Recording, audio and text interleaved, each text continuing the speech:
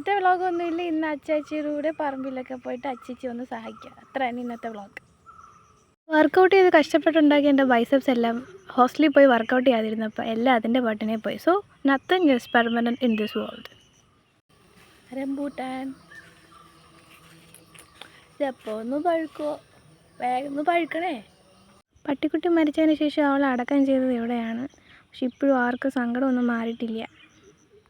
കാട്ടിൽ പോയി, കാടല്ല വീടിൻ്റെ അടുത്ത് തന്നെ ഒരു പറമ്പായി. ഇവിടെ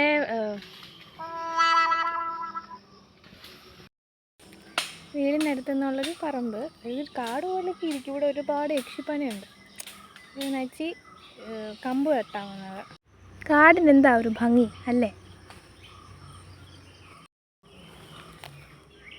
ഈശ്വര, ഞാൻ പറഞ്ഞു കുറച്ച് ദൂരം ഉണ്ടെങ്കിൽ ഒരു ടൈല് ഞാൻ അവിടെ എത്തി.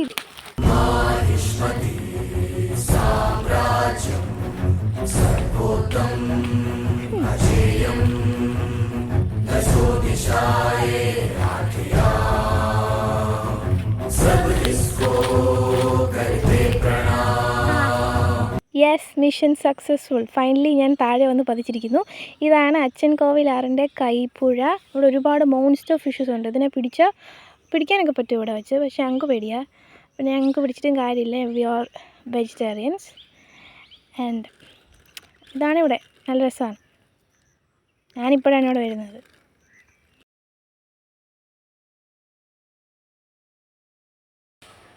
ഇവിടെ യക്ഷിയമ്മയുണ്ട്.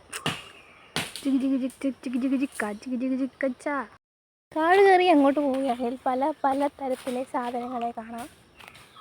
പാമ്പ്, പരിതാര ഒന്നും കൂടി ഇല്ലാന്ന് തോന്നുന്നു. സുപ്രഭാതം എന്ന് വിളിച്ചോതിക്കൊണ്ട് ഇതാ സൂര്യൻ കീഴെ കുതിച്ചുകൊണ്ടിരിക്കുന്നു. ഹലോ, ഹായ് പറയൂ. ഹായ്. എൻ്റെ ദൈവമേ, എന്താ ചേച്ചി എവിടെ ചവിട്ടല്ലേ? തടത്തിൽ ചവിട്ടില്ലെന്ന് പറഞ്ഞു. കറക്റ്റ് തടത്തിൽ തന്നെ ചവിട്ടി. മണ്ണ് മാറ്റി പഴയപോലെ ആക്കി വെച്ചിട്ടുണ്ട്. അടുത്ത ടാസ്ക് ഇട്ടിട്ടുണ്ട്. ഈ വള്ളി എല്ലാം ചെറുതായി മുറിച്ച് വെക്കണം. കാര്യമായിട്ടൊന്നും ചെയ്തില്ലെങ്കിൽ നമുക്ക് ഇരുന്ന് വിശ്രമിക്കാം.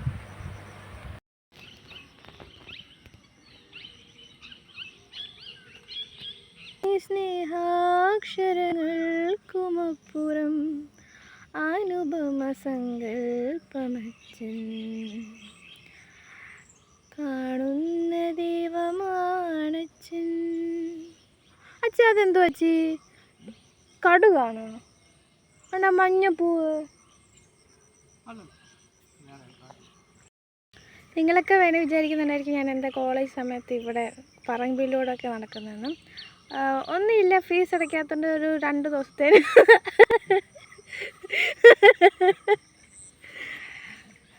അച്ചിക്ക് ഇതിൽ പറയാനുണ്ടോ? ഒന്നുമില്ല, ഫീസ് അടയ്ക്കാത്തതുകൊണ്ട് കുറച്ച് നാളത്തേന് വീട്ടിലോട്ട് പോയി റെസ്റ്റ് എടുക്കാൻ പറഞ്ഞു വിട്ടതാ. അപ്പോൾ അത്രേ ഉള്ളൂ.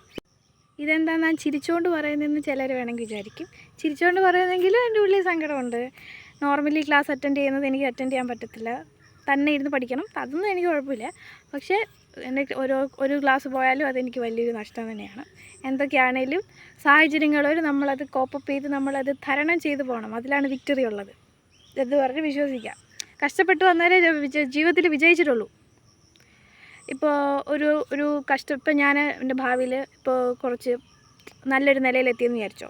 ഒരാൾ വന്നിട്ട് ഒരു കഷ്ടപ്പാട് പറയുക, എനിക്ക് റിലേറ്റ് ചെയ്യാൻ പറ്റും. ബിക്കോസ് ഞാൻ കഷ്ടപ്പെട്ട് വന്നതുകൊണ്ട് എനിക്ക് കഷ്ടപ്പാടിൻ്റെ വിലയറിയാം, പൈസയുടെ വിലയറിയാം, ആർക്കൊക്കെ കൊടുക്കാം, എങ്ങനെയൊക്കെ ചിലവാക്കണം എന്നൊക്കെ. ഇപ്പോഴും ഞാൻ ഓരോ രൂപ ചിലവാക്കുന്നത് എണ്ണി പറക്കിയാണ് ചിലവാക്കുന്നത്. ഞാൻ റെയിൽവേ സ്റ്റേഷനിലോട്ട് പോകുന്ന സമയത്ത് ഒരുപാട് പൈസയും കൊണ്ടൊന്നുമല്ല പോകുന്നത്. 500 രൂപയും കൊണ്ടും എനിക്ക് പോയിട്ട് എൻ്റെ നാട്ടിൽ ചെങ്ങന്നൂർ 7 അവർ ട്രാവലുണ്ട് എനിക്ക് തമിഴ്നാട്ടിൽ നിന്ന് ചെങ്ങന്നൂർ വരെ. അപ്പോൾ 7 അവർ യാത്ര ചെയ്യുന്ന ഫുഡ് കഴിക്കാതിരിക്കാൻ പറ്റത്തില്ല. അപ്പോൾ ഫുഡ് വെക്കുമല്ലേ, അപ്പോൾ എന്താ ഒരു 100 രൂപ അല്ലെ 95 രൂപയ്ക്ക് ഭക്ഷണം കഴിക്കും. ഭക്ഷണം കഴിച്ചിട്ട് പിന്നെ റെയിൽവേ ടിക്കറ്റ് 155. ഞാൻ ഒരിക്കലും ബുക്ക് ചെയ്ത് പോയ ചരിത്രമേ ഇല്ല. എപ്പോഴും ലോക്കലിലാണ് പോകുന്നത്. അപ്പോൾ എന്താ ലോക്കലിൽ പോകും, 155 റെയിൽവേ ടിക്കറ്റ്. അത് എൻ്റെ കുറച്ച് പൈസ കാണും. ഉള്ളത് അച്ചിക്ക് വന്നിട്ട് തിരിച്ച് വരുമ്പോൾ കൊടുക്കും. ഇനിയും പോകുന്ന സമയത്ത് ഒരുപാട് ഭിക്ഷക്കാരിങ്ങനെ കൈ നീട്ടിയിട്ടുണ്ട്, അവിടെ ഇങ്ങനെ ഇരിപ്പുണ്ടായിരിക്കും റെയിൽവേ സ്റ്റേഷൻ സൈഡിൽ. അപ്പോൾ ഞാൻ എല്ലാവർക്കും എൻ്റെ കയ്യിലുള്ള, ഞാൻ അംബാനിയുടെ കൊച്ചുമോളോ വല്യപ്പനോ ഒന്നും അല്ല, അതുകൊണ്ട് എൻ്റെ കയ്യിലുള്ളതുപോലെ എൻ്റെ അതനുസരിച്ച് ഞാൻ എല്ലാവർക്കും പൈസ കൊടുക്കാറുണ്ട്. അപ്പോൾ എൻ്റെ കൂടെ വരുന്ന എൻ്റെ ക്ലാസ്സിലെ പിള്ളേർ എന്നെ കളിയാക്കാറുണ്ട്, എന്തിനെങ്ങനെ കൊടുക്കുന്നത്, അവർ കണ്ടാലേ അറിയാർക്ക് നല്ല ആരോഗ്യം കാര്യങ്ങളൊക്കെ ഉണ്ട്, പിള്ളേരെയൊക്കെ പഠിപ്പിച്ചുകൊണ്ടിരുത്തിയേക്കുന്നത്, അങ്ങനെ കൊടുക്കേണ്ട ആവശ്യമൊന്നും ഇല്ലെന്ന് എന്നോട് പറഞ്ഞിട്ടുണ്ട്. എന്തൊക്കെയായാലും ഒരാളുടെ മുന്നിൽ കൈ നീട്ടേണ്ട ഒരവസ്ഥ എന്ന് പറഞ്ഞാൽ അത് വലിയൊരു മോശപ്പെട്ട അവസ്ഥയാണ്.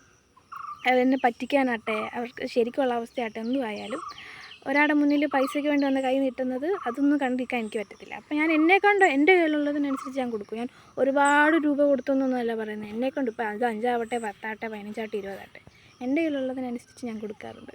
അത് ഞാൻ ഇപ്പോൾ അമ്പലത്തിൽ പോയാലും എൻ്റെ ഒരു ലോജിക്ക് വെച്ചിട്ട് ഞാൻ പറയട്ടെ, വഴിപാട് ചെയ്യുന്നതിനും ദേവിക്ക് പൂ മേടിച്ച് കൊടുക്കുന്നതിനേക്കാൾ എത്രയോ നല്ലതാണ് വിശന്ന് കിടക്കുന്ന ഒരു അരപ്പട്ടിണിയോ അല്ലെങ്കിൽ വിശന്ന് കിടക്കുന്ന ഒരു വയറിന് ഇച്ചിരി ചോറ് വാങ്ങിച്ചു കൊടുക്കുകയോ അല്ലെങ്കിൽ അയാളുടെ അവസ്ഥ മനസ്സിലാക്കിയിട്ട് പറ്റുന്ന പോലെ അയാളെ ഒന്ന് സഹായിക്കുകയോ ചെയ്താൽ, ദേവിക്ക് പൂ മേടിച്ച് കൊടുക്കുക, അമ്പലത്തിൽ കാണിക്കയിൽ പൈസ ഇടുന്നതിനേക്കാൾ എത്രയോ പുണ്യമുള്ള കാര്യമാണ് ഒരു പട്ടിണി അല്ലെങ്കിൽ ഒരു കഷ്ടപ്പെട്ടിട്ട് ആത്മഹത്യയുടെ മുന്നിൽ നിൽക്കുന്ന ഒരു കുടുംബത്തെ രക്ഷപ്പെടുത്തിയ അമ്പലത്തിൽ പോയി കൊടുക്കുന്നതിൻ്റെ പകുതി കൊടുത്താൽ മതി. അല്ല അമ്പലത്തിൽ പോയി ചെയ്യേണ്ട എല്ലാം ചെയ്യുന്നതിൻ്റെ ഇരട്ടി പുണ്യം കിട്ടും ഒരു മനുഷ്യന്. കുറച്ച് അതെ, അച്ഛനമ്മ എന്നെ അങ്ങനെയാണ് പഠിപ്പിച്ചത്. ഞാനിതൊക്കെ കണ്ടുപഠിച്ചത് ആൾക്കാരെ സഹായിക്കുന്നതൊക്കെ കണ്ടുപഠിച്ചത് എവിടെ നിന്നാണ്? അച്ഛനമ്മ ചെയ്യുന്ന കണ്ടാണ് പഠിച്ചത്. അപ്പോൾ എനിക്കറിയാവുന്ന കുറച്ച് വിവരങ്ങൾ ഞാൻ നിങ്ങൾക്കൂടെ ഷെയർ ചെയ്തു. നിങ്ങൾക്ക് എതിരഭിപ്രായങ്ങളുണ്ടെങ്കിൽ ദയവ് ചെയ്ത് നിങ്ങളുടെ മനസ്സിൽ തന്നെ വെച്ചോളുക, ഇങ്ങോട്ട് ഇറക്കണ്ട.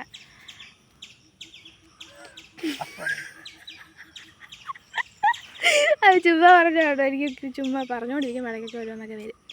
എന്തൊക്കെയാണേലും ചില പുള്ളിലെ സങ്കടങ്ങൾ അമർഷങ്ങളും വാക്കുകളിലൂടെ പ്രതിജ്വലിക്കുന്നതായിരിക്കാം, അറിയില്ല. എന്നാലും ശരി, അടുത്ത ലോകിക്കാം.